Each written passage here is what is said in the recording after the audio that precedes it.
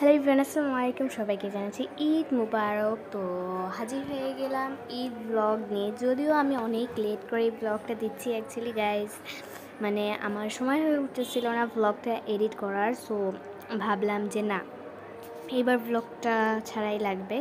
So edit করতে বসে গেলাম।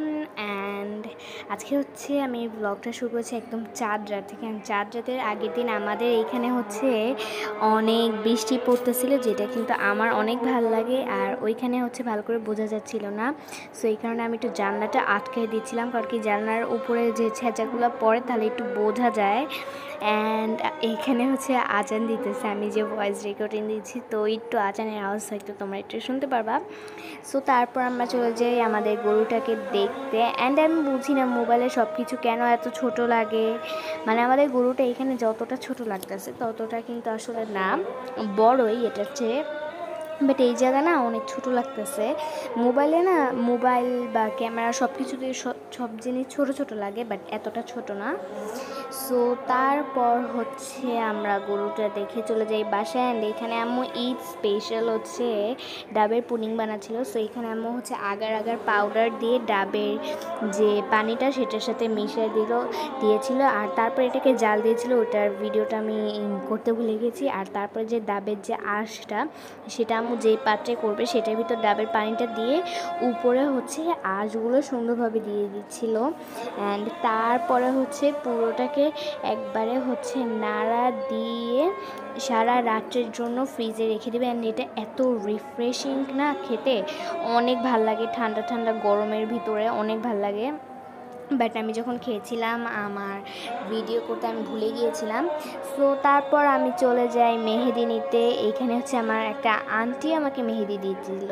উনি অনেক সুন্দর করে মেহেদি দিতে পারে। অ্যান্ড উনিও না অনেক ফাস্ট দেয়, অনেক অনেক স্লো দেয়, বাট উনি অনেক ফাস্ট দেয়।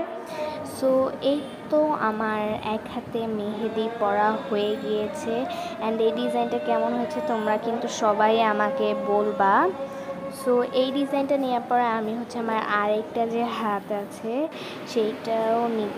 সো এই যে এইটা হচ্ছে আমার আরেকটা ডিজাইন, এইটা হচ্ছে এখন ভালো করে বোঝা যাচ্ছে না। অ্যান্ড এটা হচ্ছে আমার হাতের পিছনে, উনি ওনার মন মতন দিয়ে দিচ্ছে। এটা কেমন হচ্ছে অবশ্যই কিন্তু বলবা। সো এটা হচ্ছে আমার ঈদের দিন সকালে আমার মেহেদির কালার। অ্যান্ড কাবেরি মেহেদি যে এত তাড়াতাড়ি কালার আসবে গাইজ, মানে আমি কোনো দিন ভাবতে পারিনি। অ্যাকচুয়ালি আমি এইখানে হচ্ছে সরিষার তেল দিয়েছিলাম, এই কারণে মনে হয় এত কালার আসছে আর কি এক রাতের ভিতরে। আমি কিন্তু সারা রাতও রাখি নাই, বাট এত কালার আসছে। অ্যান্ড এখানে আমি কোনো ফিল্টারও ব্যবহার করি না, একদম অরিজিনাল কালারটা তোমাদেরকে দেখাচ্ছিলাম। আমার তো অনেক বেশি ভালো লাগছে। সো তারপর হচ্ছে আমি রেডি হয়ে যাই। অ্যান্ড আমি ঈদের দিন হচ্ছে একটা সফট ইয়েলো কালারের ওয়ান পিস পরেছিলাম, কারণ কি এত গরমের ভিতর ভারী কোনো জামা পরতে না ভাল লাগে না। অ্যান্ড সেটার সাথে মিলে আমি একটা ইয়েলো আই লুক করেছিলাম। অ্যান্ড আমাকে কেমন লাগছে অবশ্যই কিন্তু বলবা। সো তারপর হচ্ছে আমরা চলে যাই আমার বড় চাচির বাসায়, যেহেতু আমার বড় চাচির বাসার নিচে গ্যারেজেই আমাদের গরুটা। সো এই কারণে আমরা হচ্ছে আমাদের বড় চাচির বাসায় সকাল সকাল চলে যাই। অ্যান্ড এখানে আমি হচ্ছে তাদের বারান্দার ভিউটা দেখাচ্ছিলাম। তাদের বারান্দাটা না অনেক বড়। সো তারপর হচ্ছে আমরা শেষবারের মতন আমাদের গরুটাকে দেখে নিচ্ছিলাম, যেহেতু এরপর ও কোরবানি হয়ে যাবে। আর এইখানে হচ্ছে একটা মজার ব্যাপার, আমাদের গরু সহ এখানে 10টা গরু প্লাস 3টা ছাগল ছিল। মানে এত বাজে অবস্থা ছিল গরুর গোবরের গন্ধ টন্ধ।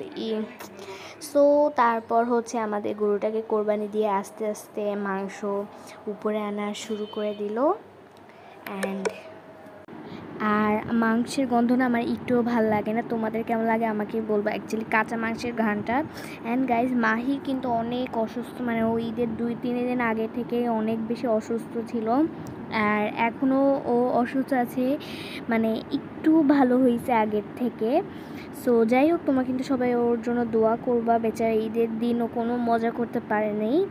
অ্যান্ড গাইজ আজকে ভিডিওটি এ পর্যন্ত। যদি তোমাদের ভালো লাগে অবশ্যই কিন্তু like, comment, share and subscribe করবে। অ্যান্ড তোমাদের একটা লাইক কিন্তু আমাকে নতুন ভিডিও বানানোর জন্য অনেক উৎসাহিত করে। টাটা বন্ধুরা, আমি অসুস্থ, আমার জন্য সবাই দোয়া করবা। টাটা।